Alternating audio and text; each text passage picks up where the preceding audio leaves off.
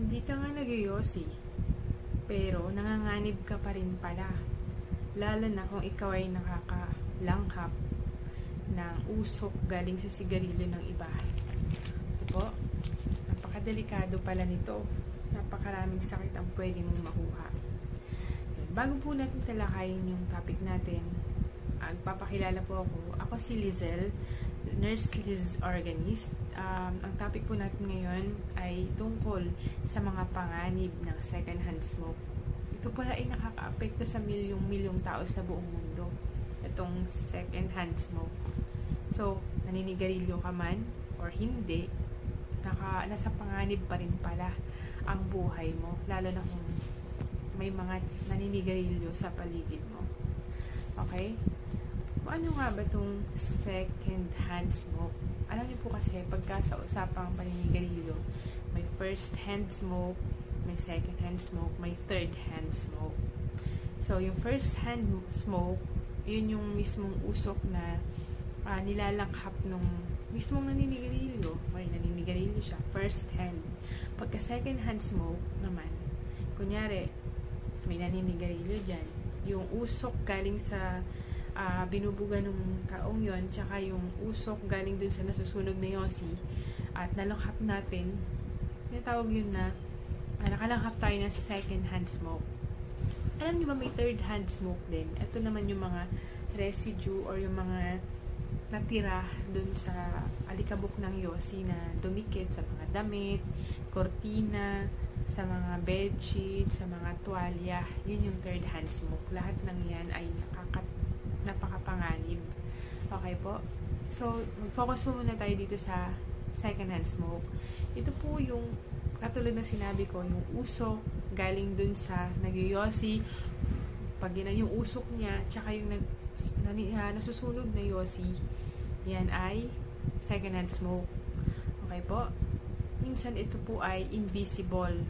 Minsan wala ring amoy. Pero, ito po ay nagtatanggal ng napakaraming ito po ay nagtataglay ng napakaraming chemical na nakakalason at nagdudulot ng cancer. Bakit nga ba delikado yung second-hand smoke, ma'am? Okay, bakit napakadelikado?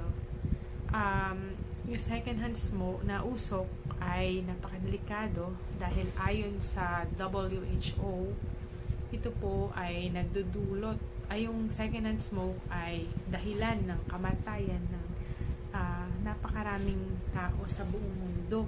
1.2 million na kamatayan every year dahil po yan sa paglanghap ng usok galing sa mga naninigarilyo.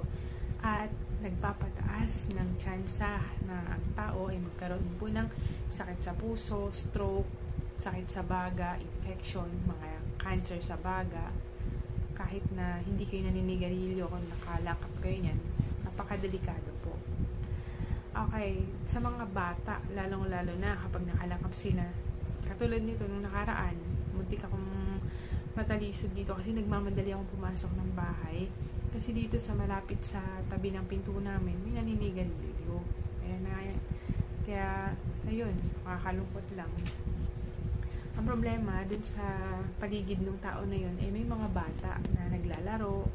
Alam niyo po ba na kapag ang mga bata ay na-expose sa mga usok galing sa mga nagyoyosi, okay, 20 to 30% mas mataas ang chance sila na makadevelop po ng sakit sa baga. Napakadelikado. So, ibig sabihin, kung tayo, nakapaligid tayo sa mga naninigarilyo, delikado pala yung baga tsaka yung puso natin. Diba? Pwede tayong parang nilalagay natin sa panganib. Kahit di pala tayo naninigarilyo, nanganganib din pala itong baga at puso natin. Okay. At Ma'am Liz, saan po ba yung mga common places na kung saan maraming naninigarilyo? So, yan po, ang second-hand smoke ay matatagpuan sa bahay, sa mga tindahan, mga kotse, sa trabaho, mga outdoor spaces. Okay po? Kaya napakahalaga na aware tayo, iwasan natin yung mga ganyang lugar. Paano natin families, mapaproteksyonan yung sarili natin para hindi tayo makakuha ng sakit galing sa usok ng sigarilyo ng iba. Okay po? So, ang bibigay po ko ng tips. So, tip number 1, iwasan po yung mga saradong lugar na kung saan maraming naninigarilyo, like bahay, may naninigarilyo, iwasan. Tapos mga bars, mga birthday party, daming naninigarilyo, umalis ka dyan. And number 2 tip number 2 is maglagay ka ng mga policy or mga karatula na no smoking. Tapos sa trabaho naman, encourage natin yung smoke-free policy, yung mga batas laban sa sigarilyo, dapat maayos nating sinusunod yun. Okay, number 3, mag-speak up, lalo na kung may naninigarilyo sa tabi mo or malapit sa'yo, sabihin nyo ng maayos na tigilan nila sana yung paninigarilyo or lumayo sila. Okay po. Tip number 4, yung indoor air ay dapat pwede tayong gumamit ng mga air purifier, ayan, para malinis natin yung mga hangin sa loob ng bahay. And tip number 5, yung mga vulnerable population like mga bata, mga buntis, mga matatanda, dapat tulungan natin sila na mailayo sila sa sigarilyo, sa usok sa mga naninigarilyo, kasi madali silang kapitan ng sakit. So, Ma'am Liz, ano yung tip mo para sa mga naninigarilyo na gusto nang mag-quit? Ayan. Sa lahat ng mga naninigarilyo na nanonood dito, pasintari po sa inyo. Alam niyo po, ang pagtigil ay ang pinakamagandang regalo na maibibigay ninyo sa inyong sarili, sa inyong kalusugan. At kalusugan din po ng pamilya nyo at lahat ng tao na nasa paligid nyo.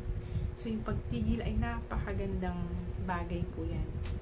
So, ang gagawin po ninyo, mag-set po kayo ng araw. Kailan titigil na kayo. Ayan. Kailangan, bago dumating yung date na yon, is nakahanda ka physically, mentally.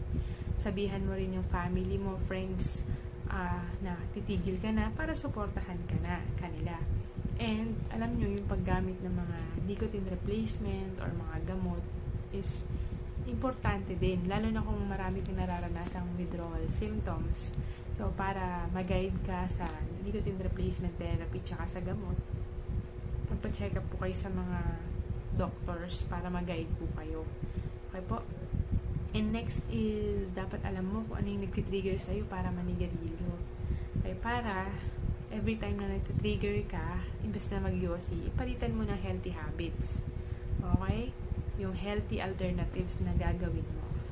Next is, magpaka-busy ka, lagi ka mag-exercise, kumain ng masustansya, para maiwasan yung cravings.